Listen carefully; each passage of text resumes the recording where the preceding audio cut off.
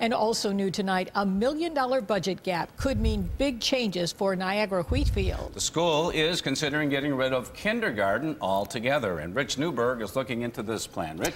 Well, other school districts in trouble could be looking at toward Niagara Wheatfield to see what they do. Kindergarten is not mandated in New York State, but a proposal to cut out or modify kindergarten is getting some strong reaction from a parents group at one of the Niagara Wheatfield elementary schools. I feel like we're going back to caveman ages. That's one concerned parent's reaction to this proposal at last week's Niagara Wheatfield School Board meeting. In my opinion, we need to give a direction here to the administration to look at potentially cutting our kindergarten non-mandated program. The board needs to make $1 million worth of cuts for the upcoming budget. We need to look at what's going to affect the kids the least in this district. For Julie Fago, whose son Andrew is a kindergarten student at Eric Road Elementary School, cutting kindergarten is not an option. Well, I think they would end up in first grade completely far behind, and they'd be expected to read and write, and I'd say at least probably 70% of them would not be able to.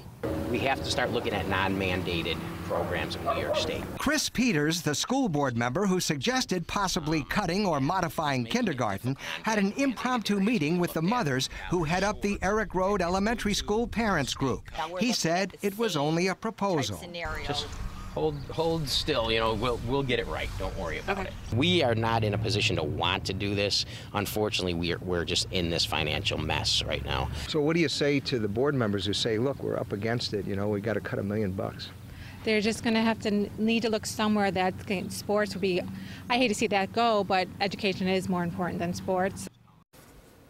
Well, some, of course, believe that sports and music should not be cut, and we'll hear more of that side coming up at 6. Rich, how in the world did Niagara Wheatfield get itself in this kind of a pickle? Well, for several years, Don, there was a 0% increase in school taxes there, and with changes in the state budget and unfunded mandates, last year they had to lay off 43 teachers and 17 support staff. They are still in trouble, and by Wednesday they have to find $1 million to cut. Wow. And kindergarten just may be on the table in some form. Thank you, Rich. Thanks.